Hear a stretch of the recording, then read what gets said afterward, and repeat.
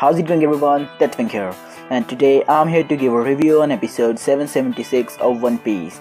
So basically it is the last episode of Zou arc, and from the next episode we are gonna get into Whole Cake Island arc, where Luffy and his crew are gonna retrieve Sanji and the Poneglyph. Where should I start in this episode where, well, it was an enjoyable episode, but it wasn't just, whoa, game-changing episode or something like that, but still, let's follow the chronological order. So, Chopper and the Minks finish bandaging the wounds on Zunisha's front leg, and Miyagi expresses awe to the technique Chopper learned from the Sakura Kingdom and Buddy Kingdom. And then Chopper notes that changing the bandages would be a very laborious task, but the Minks are up to the tasks. Miyagi then comments that he had taken Zou for granted due to living there all his life, but was reminded today that he and the Minks were being allowed to live on Zunisha, and one day this arrangement will end. And this was because since he now knows that Zunisha can communicate, Miyagi states that he wants to ask Zunisha that where he is going. And at the dukedom, Momonosuke tells Kinemon that he wants to stay behind at Zou in order to communicate with Zunisha and possibly find out more about the Kozuki family. Kinemon understands this, says that there are some people on Wano country awaiting for their return. However, then Inuarashi comes and tells him that he would stay behind with Momonosuke in order to keep Zou safe from Kaido and to avoid having everyone rush into Wano. And then Kinemon states that they will split into 4 teams. First of which would be Luffy's team, which will rescue Sanji. Second of which would be Kinemon's team, which would be heading to Wano. Third would be the Nekomomoshi's team, which would be searching for Marco.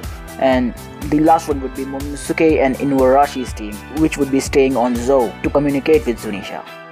And then they discuss how the teams would communicate, as the Minks tribe do not use Dendenmushi.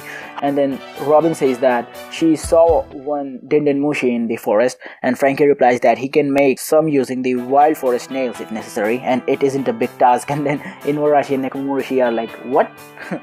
How can he do that? And we also get to see a detail which we haven't seen in the manga, and it is that Kinemon makes his viewer card and gives it to each member of all 4 groups. And this wasn't shown in manga. I guess it was because probably Oda forget about this, but I don't think so that Oda is that kind of writer. Oda is intending to reveal that after we reach Wano or after the Whole Cake Island, when Nami follows the viewer card, or I don't know. But so I guess that was approved by Oda, and Oda intends to do that, but didn't just show it in the manga. And that was the only thing that was different from the manga. And then on the outskirts of the Vale Forest residential district, Luffy screams in shock when he sees Pekom's house destroyed. However, Pekom's call out to Luffy from the rubble with his turtle shell activated, and Luffy's like, what? How? You are not Pekomomoshi, but you are Kamemomoshi. And that was kind of funny. Pekoms complains that he cannot get any alone time as he turns back into his normal form, revealing to Luffy that he ate the Kame Kame no Mi, which is turtle fruit, and that his shell is hard as diamond. And then Luffy replies that Chopper will be caring for him on their journey, and wraps the mink around his body with a cloth, running off to begin the journey despite Pekom's protest. Meanwhile, Pedro reports to Nekomomoshi saying that it is a dishonor that no mink, save Pekoms, is included in Sanji Rescue's mission. And then Nekomomoshi asks Pedro if Pedro wants to go, which he affirms. However, Silicon and the 3 Inuarashi musketeers arrive, saying that it was their duty to see to Sanji's rescue. And then Wanda, Tristan, Blackback, Roddy, and Lord Yomo attempt to tag along as well for various reasons, and several other canine minks want to come along just to chew on Brook. However, Nekomomoshi states that he was leaving this to Pedro since he is the only one who can keep Pekoms under control.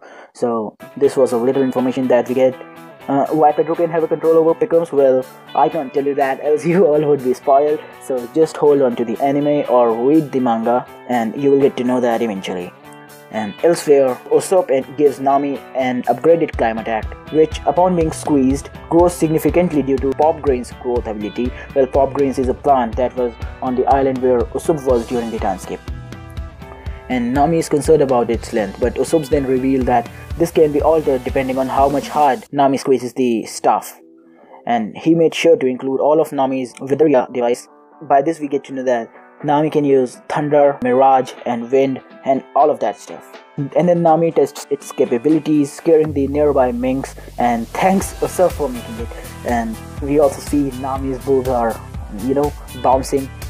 And when I first saw it on manga, I was just waiting for seeing Nami's boobs being bounced off in the anime itself.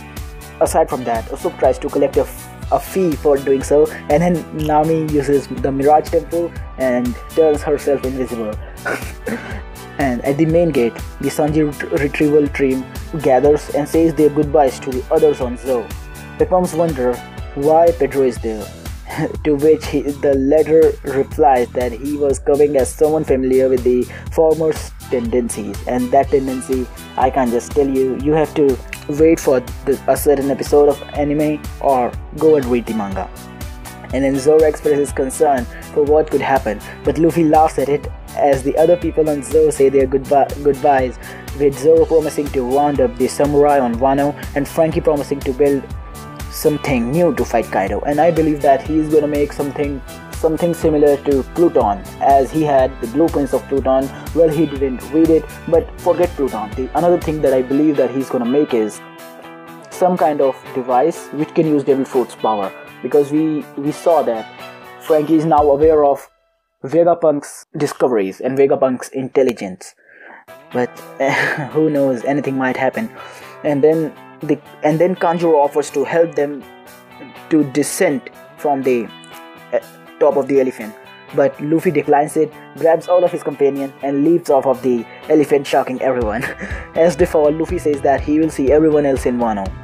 And then we get to see a scene in Alabasta where Vivi and her father Cobra hurry on to the ship, and then someone notices that and she is in a very good mood, and then Vivi states that it has been so long since she has last went to the sea, and this was a huge reveal regarding a comeback of a former nakama. And this was just a fun episode, and it wasn't much of a hyped one, but it was still a good thing to watch.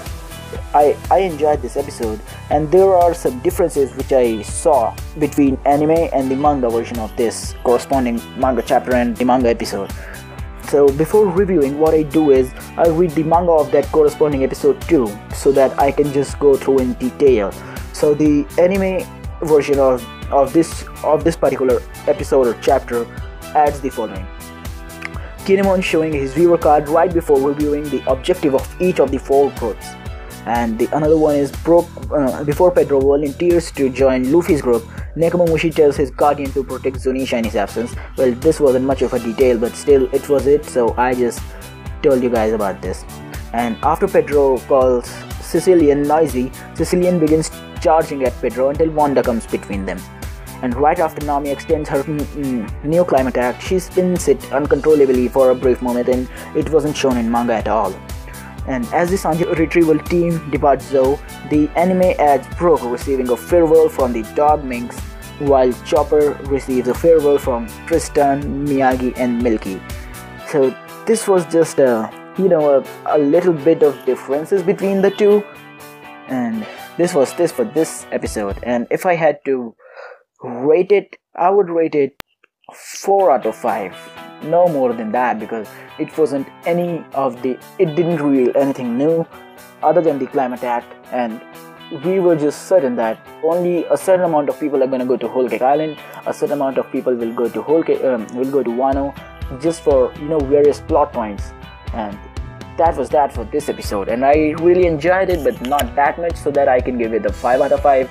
But I'm still excited for the Whole Cake Island arc to see it in the anime version, because it's just gonna be insane. The anime watchers, stay tuned for the Whole Cake Island. It might probably turn into the best arc you have ever seen. So wrapping this video up, I just want to tell you guys, if you like my review, please like the video, comment your thoughts in the comment section below, and subscribe to my channel if you haven't already. I would highly appreciate that. And I'm DeathWink, and I'll see you in the next video.